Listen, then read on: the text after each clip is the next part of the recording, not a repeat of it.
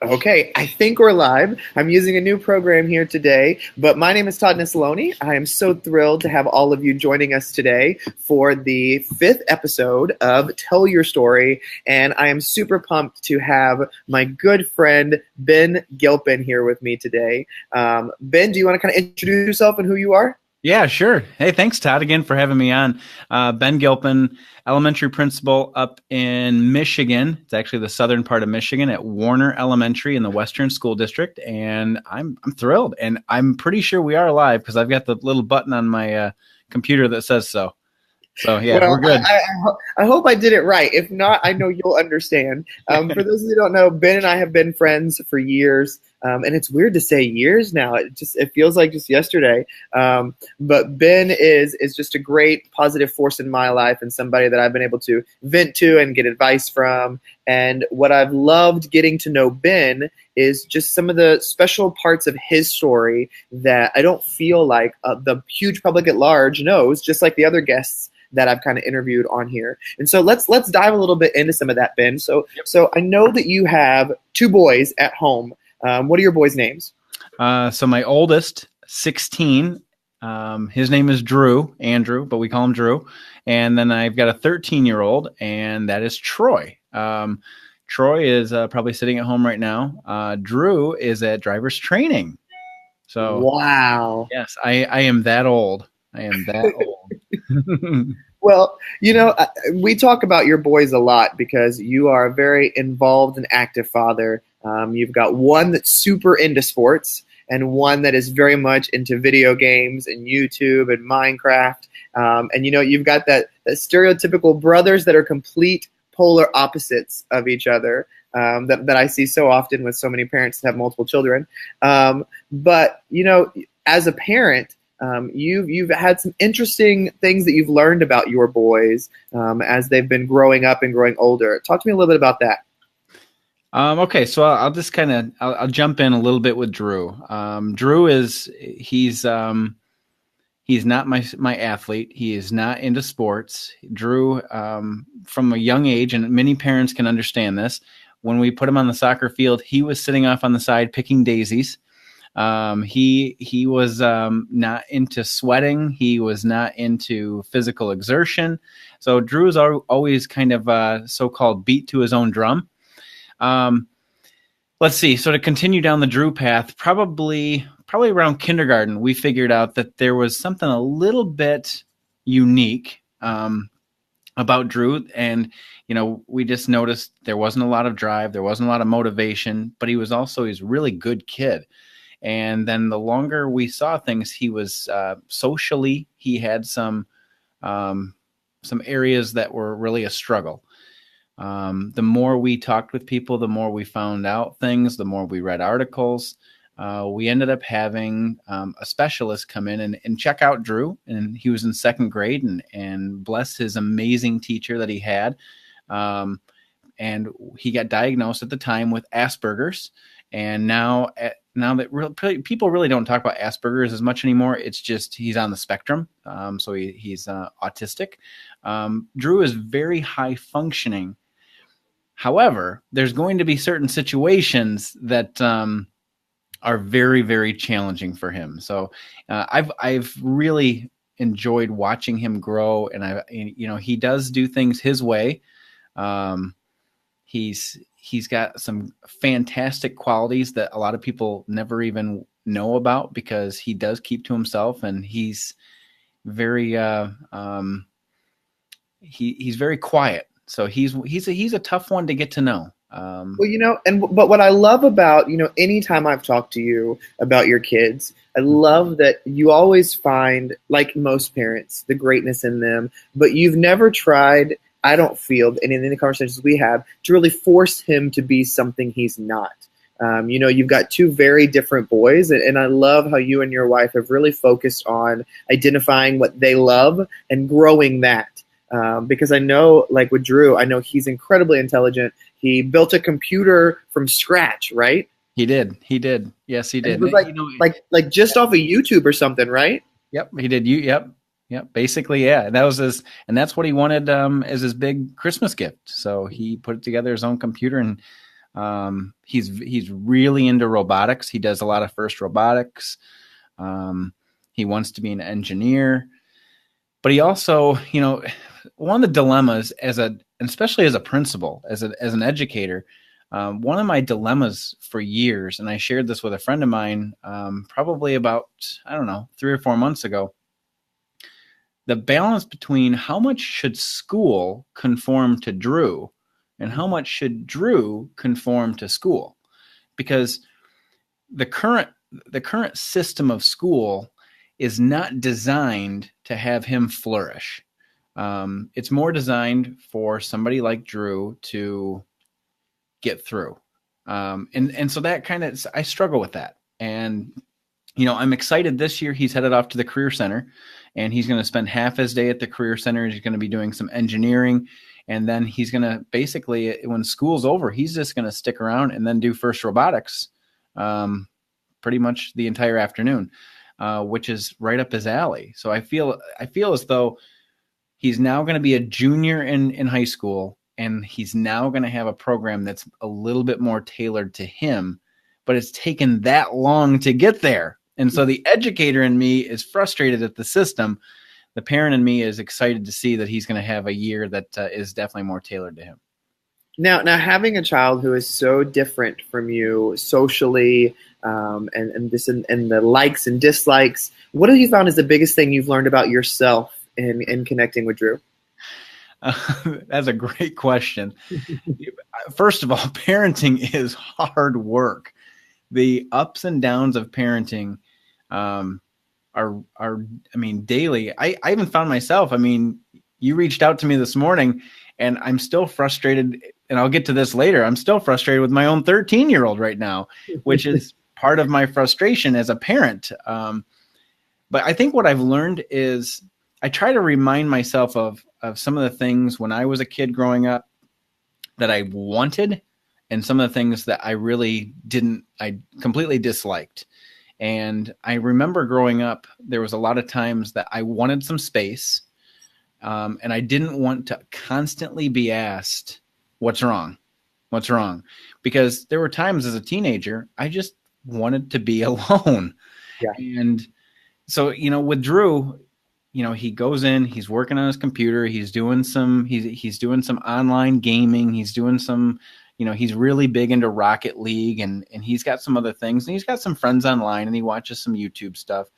And I'll pop in every once in a while. But the one thing that I really try not to do is I try not to be the overbearing parent that's constantly, how are you? Everything okay?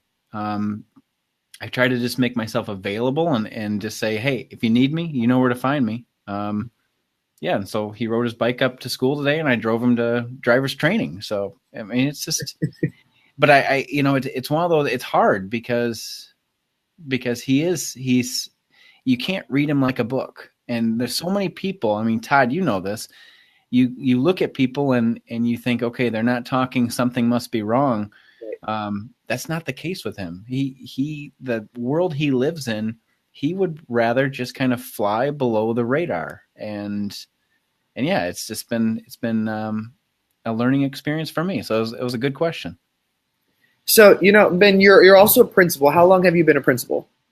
Starting year number 9.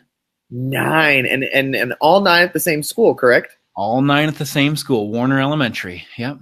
So that's impressive right there in and of itself. Now, I'm entering my 5th year, and it feels like I've been being a principal for a day while at the same time 100 years. It's that weird juxtaposition. But, I wanted to ask you, as administrators, you always hear about how lonely the job can be, and how difficult it is, especially when there's a lot going on behind the scenes that a lot of your school family doesn't see, as well as a lot of the public doesn't necessarily see either. And I know you've had a pretty interesting year as well. So can you tell me a little bit about what you have learned yourself just this year alone about being an administrator? So quite frankly, I'm just going to go back to my first 2 years. Year number 1, anytime whether you're a teacher, administrator, central office, wherever you happen to be, year number 1, you don't know what you don't know. And you have a smile on your face and you're working hard and you're trying to form relationships and build trust, but you don't know what you don't know. So my first year, I actually thought went pretty well. I think most people around me would probably go, oh boy. Year number two was probably harder for me than year number one, because I started to know what I now knew. Right. And it was, I think year number two was definitely tougher. However, what I learned in year number two is, for me personally, my greatest gains come from times of adversity. And so I experienced some struggles and some challenges in year two, which I believe helped set me up for a better year three, and so on and so forth. All that being said, and I have to segue now to, I just finished my 8th year, and this was, in my opinion, this was the toughest year. This was really tough this year, and it was tough for a variety of reasons. It was ultimately, and I think a lot of people can relate to this, the extreme social emotional needs of some of our kids now are extremely taxing on our entire school. Right. And when I say the entire school, I'm not just saying me, and I'm not just saying teachers, social workers, counselors, paraprofessionals. I mean, you name it. I mean, the extreme social emotional needs, mental health is a real issue, and seeing kids that just really struggle with those emotions, and they can be very volatile at times. Obviously we needed more support, and I'm advocating for kids. I'm advocating for our building, and I'm doing the best I can. And when you don't see the support, it really makes things tough. There was a lot of days, and I'm not saying this as a complaint. I'm saying this because I think people can relate to it. There was a lot of days that I was the principal, but I also had to step in and be the teacher, and I was also a paraprofessional, because I was with students for extended periods of time, and then by the end of the day, you're meeting with parents, and after you're meeting with parents, you're writing up the entire thing, because you have to make sure you document everything. I mean, you know exactly what I'm saying, Todd. Yep. And it takes its toll. It does take its toll, and so that was a big stretch of the year that happened. And I think the other part that led to some tough struggles this year, I'm constantly trying to have our data be better. So I'm trying to impact instruction and be a leader that helps teachers with best practice. Right. But that's tough too, because everybody's at a different spot. And so when you're trying to meet teachers at their spot and help them move forward to the best of their ability, there's a lot of differentiation there, and that's not easy either. So, and it's also understanding the dynamic that they have in their room, and understanding, okay, should I just step back and let them manage their room? Because right now they've got a tough one to manage. Yeah. I will just say the balls in the air that I had to juggle were extremely challenging this year. That led to some tough stuff. On top of all that, we all know what our country went through this year. We all know that there's been a lot of conversations and a lot of articles about race. We also know that there's been quite a bit about things that have happened with females, and at Michigan State, with the whole Larry Nassar stuff, which is only 45 minutes away from me. Those are real, and those are really big issues. And that sets in our community, that does set a bit of a tone. And so when you're the principal, you have to figure out, first of all, you have to be aware of that tone, and how do you rise above that? How do you pick people's spirits up? And so not only was I trying to this year trying to deal with social emotional issues, not only was I trying to impact student learning and helping teachers be their best, but I was also trying to focus also on culture, and really trying to turn the page as far as some of these heavy things that are going on in our society. Well, and there's several things that you mentioned that I think are really important. And first of all, it's I think a lot of people who aren't in education don't understand how much all this stuff going around in our world and our country really do affect even our youngest kids. and they pay attention and they see those things and they internalize them, whether it's dealing with things with immigration, where it's dealing with things with assault, all those kind of things they're important to our kids. And then I love to, you mentioned one thing that you said, you really advocate for your students. And that's one thing that I've always been super impressed by you about is in every conversation that we've had privately or publicly, you always are advocating for your kids and your staff. And, I think in times of struggles, that's when you, I think, can really identify between those leaders who are leading with their heart and those who are just leading because they've been afforded the position. And, a lot of the times the staff and students that we serve every day don't get to see our advocating processes and how much we are fighting for them. And that can be a struggle too and can tear on you, because I know that I've been there and I know that you've been there too, when you're really fighting for someone and you're fighting a system that is fighting against you at the same time. And people on the outside are like, well, what are they doing? Well, why aren't they doing this? And you're like, I am back here beating my head against the wall, trying to get this fixed and get this to happen. But there are a lot of barriers to work through, and I can't always tell you all of them that I'm working through.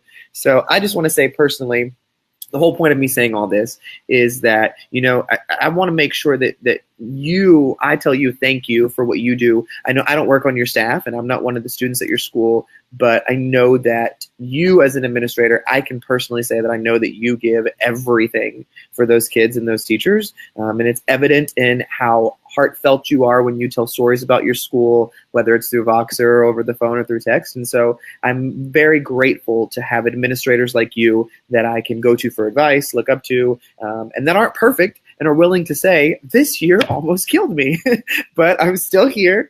I'm still showing up for work. And I'm still fighting for these kids and these teachers like no others. So thank you, Ben, for just everything you give that I know isn't easy at all on you personally, just fighting all those battles all the time. I appreciate that, Todd. And, for both you and me, one thing that we continuously strive to get better at is when the going gets tough, we can't withdraw from each other, because I know that sometimes as leaders, we don't want to be vulnerable. Right. One of the people that I look up to and I read the books, Brene Brown talks a lot about vulnerability. And I believe we have to be more vulnerable. We have to be more authentic and just really share what's real. And it doesn't mean that we have to be negative. It doesn't mean that we have to live in a bad spot, but at least being able to share and then support each other and then turn the page, to me is really critical. And I you're one of those people that I feel like I can tell you anything. And I feel like that's important to me. And I hope that you feel the same about me. Of course. Well, Ben, thank you so much for being a guest on my Tell Your Story series. I appreciate you talking about Drew and as well as some struggles this year with being an administrator. Like you just said, vulnerability, I believe, is so important for us. And that was kind of the whole precipice behind starting the Tell Your Story series, is to give a little more of a personal glimpse into some of these people that don't always get the spotlight shined on them in that kind of way. So I appreciate you sharing honestly today and being a guest on my show.